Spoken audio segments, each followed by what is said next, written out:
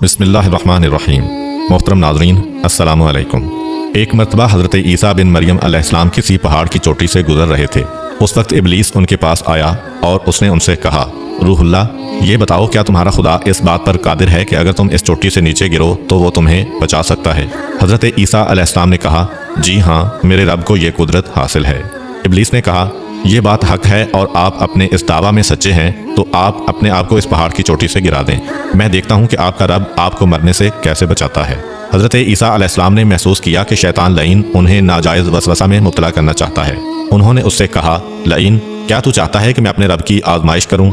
ये अलहदा बात है कि मुझे इस बात का यकीन है कि मेरा खुदा मेरी हिफाजत करेगा। अल्लाह का हर फरमान बरहक है और हमें इसमें शक करने की कोई गुंजाइश नहीं है, लेकिन मैं खुदा की आजमाइश नहीं करता। कुछ दिनों बाद इब्लीस उनके पास आया और उनसे कहा, ईसा अलैहिस्सलाम, तुम तो अल्लाह हो क्योंकि तुम मुर्दे जिंदा करते हो और गैब जानते हो और लोगों को गैब की खबरें देते हो।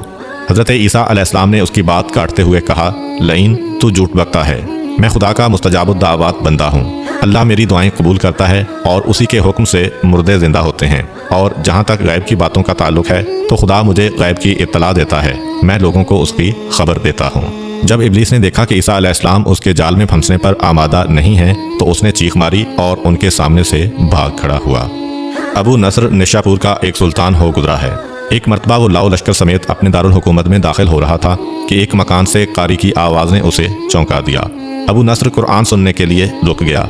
कारी ने दिलसोज आवाज़ में सूरह आले इमरान की आयत नंबर 26 की तिलावत की, जिसका तर्जमा ये है, आप कह दें कि ए अल्लाह, तू ही मालिकुल मुल्क है, तू जिसे चाहे सल्तनत अता करे और जिससे चाहे सल्तनत छीन ले, और जिसे चाहे इज्जत दे और जिसे चाहे जिल्लत दे।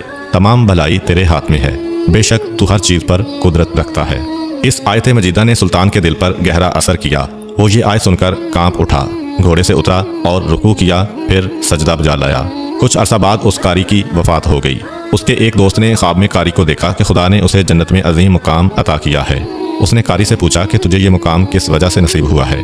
कारी ने जवाब दिया, मैं तो एक बदकार और गुनाहगार इंसान था। मेरे नामाए आमाल में कोई ख़ास नेकियां नहीं थीं, मगर इसके बावजूद खुदा ने मुझ पर खुसूसी करम किया और मुझे ये मुकाम अता किया। और खुदा ने मुझसे फरमाया, तूने दुनिया में एक सुल्तान को हमारी अजमत याद दिलाई थी, उसकी वजह से हम आज तुझ पर रहम कर रहे हैं और तुझे बुलंद मकाम अता करते हैं। जी हाँ, अल्लाह ताला का फरमान है, फ़ज़कुरूनी अज़कुरकुम, तुम मुझे याद करो, मैं तुम्हें याद करूँगा। पुराने ज़माना में अंताकिया एक बहुत बड़ा शहर था।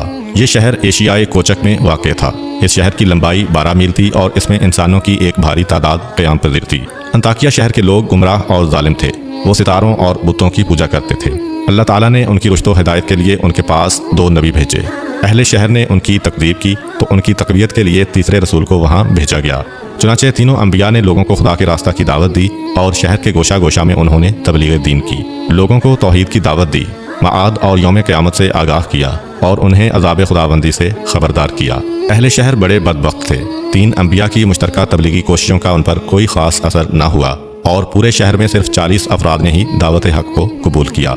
शहर के दूसरे लोगों ने तीनों अंबिया और उनके पैरोकारों को पकड़कर उन्हें सख्त अज़ियतें दीं और जुल्म की इंतहा ये की गई कि उन मजलूमों की गर्दन में सुराख करके उसमें रस्सियाँ डाली गईं और शहर के जालिम लोग रक़्स बिस्मिल से लुत्फ़ अंदोज हुए। उस शहर में एक मर्द मोमिन रहता था जिसका नाम हबीब अन-नज्जार था।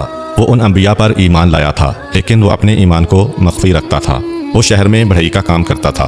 उसे जो मजदूरी मिलती थी वो उसको 2 हिस्सों में तकसीम करता था। एक हिस्सा अपने अहले खाना को खिलाता था और दूसरा हिस्सा गुरबा व मसाकीन में तकसीम करता था।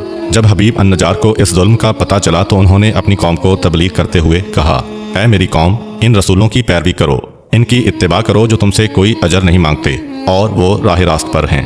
और मैं क्यों ना उस ज़ात की बंदगी करूं जिसने मुझे पैदा किया है और जिसकी तरफ तुम सबको पलट कर जाना है। क्या मैं उस ज़ात के अलावा किसी को माबूद बनाऊं? जबकि अगर खुदाए रहमान मुझे ज़रर पहुंचाने का इरादा कर ले तो उनकी शिफात मुझे कोई फ़ायदा नहीं दे सकती और ना वो मुझे छुड़ा सकते हैं।